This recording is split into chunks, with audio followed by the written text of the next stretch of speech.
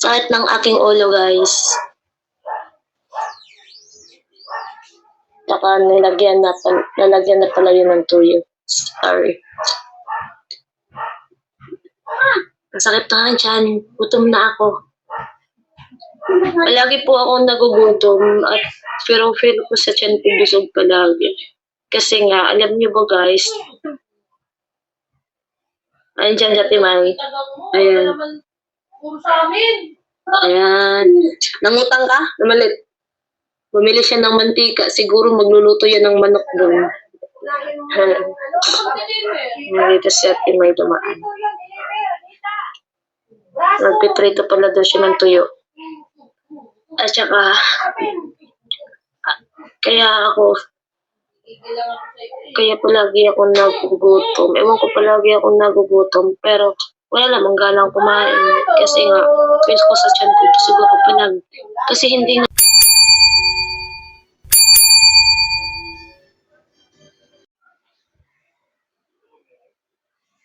So ayan, mga kabayan ko, pinasiguro yan. Kumusta po kayo? Nandito na naman po ako. Mga kabayan ko dyan. Dito sa Pilipinas, Luzon, Visayas, Mindanao. Mga kabayan ko dyan, mga viewers ng mga hinangan natin charity vlogger. Okay? Maging sa ibang bansa ng mga kabayan natin, nagtatrabaho ng mga OFW. Na alam ko, ang kanilang libangan ay panood ng mga video upload ng mga hinangan natin charity vlogger at mga viewers na mga reactor or commentator dito sa YouTube channel, okay? Nakatulad ko, mga kabayan ko. Bilang independent reactor, commentator, dito na naman po ako, mga kabayan ko dyan. Welcome po kayo sa aking YouTube channel, Randy Channel. Paki-subscribe, like, share, and comment at no-skip pan, okay? Pero bago ko mag-umpisa, palalaanan ko lang ulit kayo. Subscribe lang po kayo sa aking YouTube channel. Like, share, and comment. At no skip ad, okay?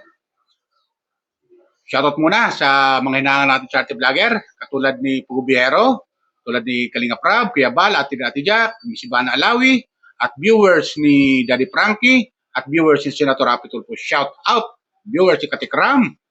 Shoutout sa inyo lahat. At viewers ni Krishna, mga Krispaw Panatik, mga Krishna supporter, solid supporter ni Krishna. Welcome po kayo sa aking YouTube channel. Please subscribe, like, share, and comment. Dahil itong aking comment ay reaction ay patungkol to kay Krishna. Mga bros ko. Tuloy tayo. So ito, di ba may mga upload video ako na comment ko, kung di nyo napanood, panoorin nyo, patungkol kay Krishna. Doon sa kalagayan ng kanyang nararamdamang sakit. Alam niyo mga bros ko, may napanood ko sa live dito ni Krishna na hindi pa pala siya nagpapacheck up ng viewers ko. Ilang araw na, hindi pa siya nagpapacheck up. Tapos, napanood natin yung kanyang live at dito ay nakapag-desisyon na siya magpa-check up. Kasi ayon sa kanya, di umano, parang lumalala na yung kanyang sakit na nararamdaman. At palagi siya nagugutom, pero parang busog siya. O, palagi siya nagugutom, pero parang pakaramdam niya, busog siya. Ano kaya yun? Kakaiba, di ba mga bros ko? Kakaiba yung kanyang nararamdaman. Palagi siya nagugutom, pero busog siya. Parang palaging puno yung kanyang bituka. Ayon sa kanya. Di ba? So kakaiba nga. Di ba? Kung tatandaan natin, may nasabi siya doon sa aking mga previous upload at sa mga previous upload din niya, mga bros ko, na meron siyang UTI at ulcer. So ngayon, kakaiba na yung kanya nararamdaman. Parang lumalala na. Di umano, sabi niya. Parang lumalala na. Kaya kailangan niya na talaga magpa-check up. Hindi pa pala siya nagpa-check up mga viewers ko. Ilang araw nakakalipas yung aking upload video, kung natatanda natin. Mga ilang araw na rin yun. Pero hindi pa siya nagpa-check up mga viewers ko. Ngayon pa lang siya magdidesisyon, magpa-check up. Di ba? Ito yung sinasabi natin, huwag natin hintayin lumala. Dahil baka maging delikado. Di ba ganun yun? Maging delikado pag inantabayanan pa natin. Siguro inaasahan niya baka gumaling lang o sakit ng sikmura lang o para makuha naman yun sa, siyempre, meron tayong sariling immune system na pwedeng magpagaling, di ba? At di makuha-kuha sa gamot, yung sarili na mismo ng katawan natin ang magpapagaling, pero hindi eh. Lalo lumala. Ngayon, kumuha ko doon sa video clip, doon sa kanyang sinasabi. Kumuha ko ng video clip, doon sa sinasabi niya, tungkol sa kanyang sakit. At ngayon lang siya nakapag-desisyon ng pagpapacheck up, mga bros. Ito pakinggan natin, mga bros ko. Kumuha ko ng video clip, kayo na umusga. Lalo lang yung mga Krishna pa natin dyan na nag-aalala kay Krishna, lalo na yung mga solid na supporter ni Krishna, mga bros ko. Ito, panoorin natin at kayo na umusga. Kung ano masabi ninyo, at comment lang kayo kung ano magiging advice ninyo dito sa baba, sa aking YouTube channel. Okay? Comment lang kayo para ma-boost out ko rin sa susunod na mga upload video ko, comment ko sa video patungkol kay Krishna. Okay? Ito, pakinggan natin kayo na umusga. Okay? Sakit ng aking ulo, guys. Saka nalagyan na pala yun ng tuyo. Sorry. Ang sakit na nga dyan. Gutom na ako. Palagi po akong nagugutom at pero feel ko sa tiyan ko busog palagi. Kasi nga, alam niyo ba guys, ayun dyan sa Timay. Ayan. Ayan. Nangutang ka? Namalit. Bumili siya ng mantika. Siguro magluluto yan ng manok doon. Dito siya Timay dumaan. Nagpitrito pala daw siya ng tuyo. At saka, kaya palagi ako nagugutom. Ewan ko palagi ako nagugutom. Pero wala namang galang kumain. Kasi nga, feels ko sa tiyan ko, busog ako palagi. Kasi hindi nga ako makakatai, guys. Ilang araw na, ay matagal na. Hindi ako makakatai na maayos. Kaya yun ang problema ko. Isa din yun. So, kaya yun. Tapos, paggabi, nilalagnat po ako pagkagabi. Tsaka parang, ewan ko ba, ayan to, ano mo naman yun dyan, sumasakit na naman. Parang ano siya, anong tawag doon? Parang puno siya palagi. Parang gutom ako palagi, pero yun siya ako puno. Ewan ko ba, ano ba yun?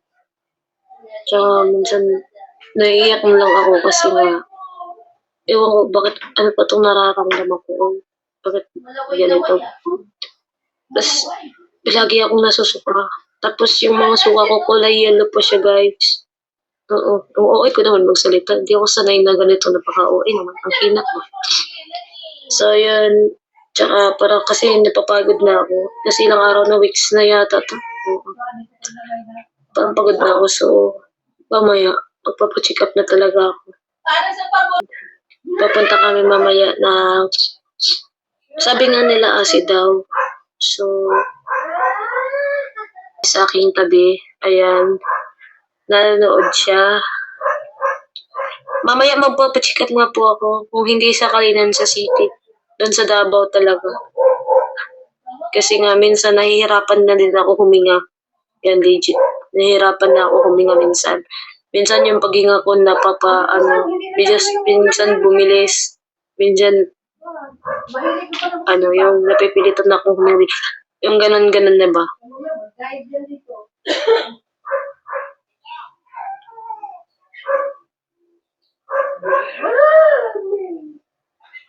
So, kaya,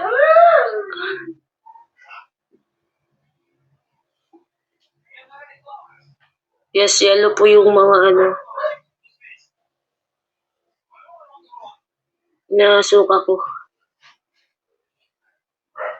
May ulcer na ako dati, ulcer tsaka UTI, nagkasabay yun. Kaya, napacheck up din ako. Bigyan ako ng gamot, pero nawawala. Ngayon, lumalala. Iba kasi yung nararamdaman ko ngayon, yung dati. Hindi lang ako makalakad ng maayos nun kasi pag nakaganon ako, nasakit ang tiyan ko, parang yung bitok ako. So, pag nakayuko ako, hindi siya masakit. So, noong time na yun, nakayuko lang ako palagi. Nakayuko lang ako palagi. Kasi, Pag nakaganon ako, ano, masakit. So, pagkatapos kami ng lahat ng gamot yun,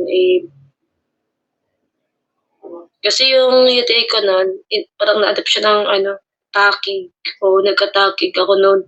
Nahihirapan din ako huminga. Yun dati. Pero ngayon, nahihirapan ako sa tiyan ko kasi feel ko sobrang bigat or like, busog ako palagi. Pero kahit anong nakikita kong pagkain, kinakain ko. Puti nga ako tumatay. Nahihirapan na ako.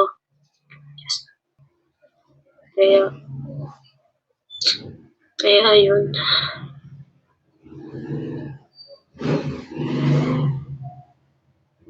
So, tingnan muna natin yung niluluto natin. Kung ano ba yun. Ay. Tutulog mo ata po. Talong ko guys na mapait. May ganito na tulog nga. Natulog na to guys. Wala ko yung magagawa. Ayan, natulog na pait. Wala lang. Tulog yung pait na to ngayon guys. Hindi natulog. Nalagyan ko na naman ng itlog, no? Itlog guys, kukuha muna ako ng itlog. Itlog na pa. So ayun, di ba mga verso? Napakinggan natin yung sinasabi niya.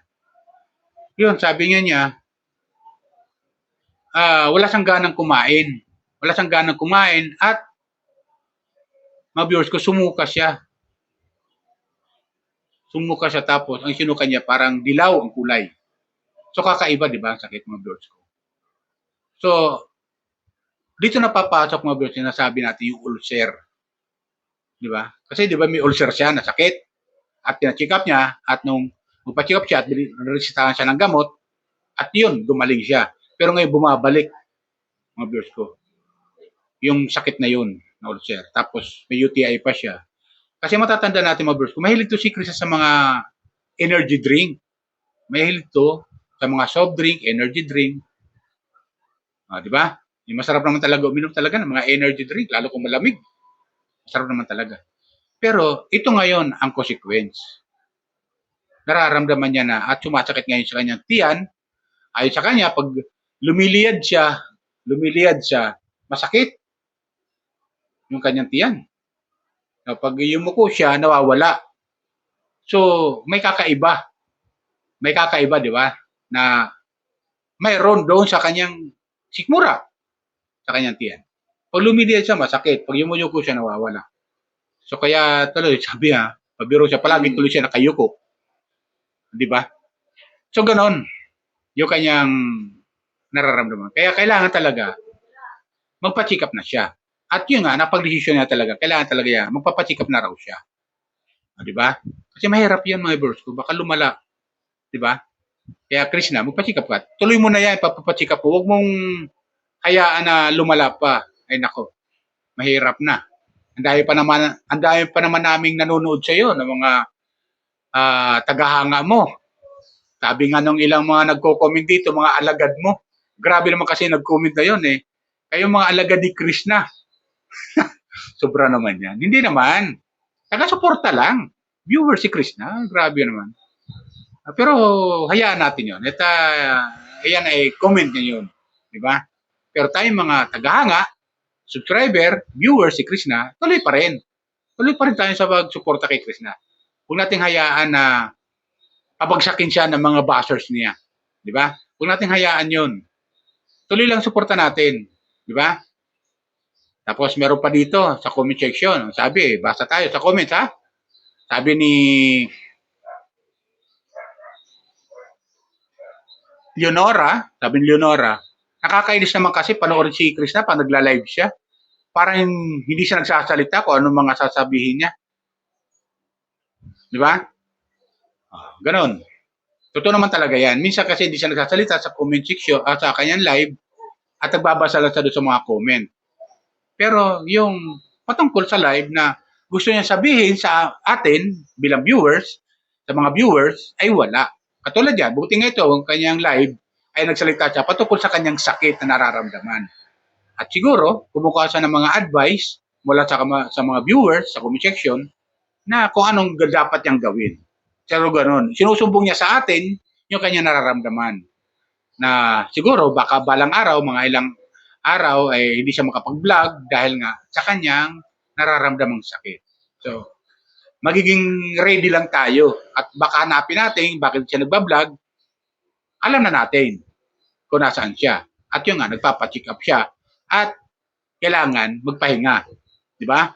At yun nga, sabi nga niya, dito napanood natin, dito sa kanyang live, sabi nga niya, napapagod na raw siya. So isa yan, mga viewers ko. Napapagod na. Samantala dati-rati, hindi natin siya maparinggan na napapagod na siya. So trabaho lang siya ng trabaho. Hindi niya nararamdaman yung pagod. At ito na nga yun, mga viewers ko. Napapagod na siya. Nararamdaman niya na yung pagod. At hinihingal na siya. Diba? At sumasakit yung kanyang tiyan, na nasusuka siya, tapos, yun. Na pag lumiliyad siya, sumasakit yung tiyan niya, pag yumuyuko siya, nawawala. Kaya tuloy, ang kanya, sabi niya, palagi na lang sila nakayuko para iwasan niya yung hindi niya maramdaman yung sakit ng kanyang tiyan. Diba? So, kakaiba ito. Kakaiba ito. Kaya kailangan talagang pa-check up. Sana, gawin niya na kung ano nasa isip niya magpa-check up para maagapan kung ano talaga ang pwedeng gamot na maibigay ng doktor para sa kanyang sakit. At mahirap lumala. Yan. Di ba ganun yung mga words ko?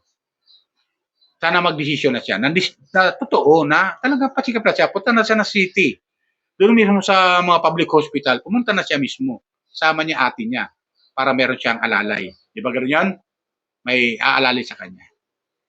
So, ganun yun. Dapat. Kaya, desisyon na niya. Yung desisyon niya, ituloy niya na yan. Diba ganun yung mga boss ko? Komenta kayo kung tama siya sabi ko.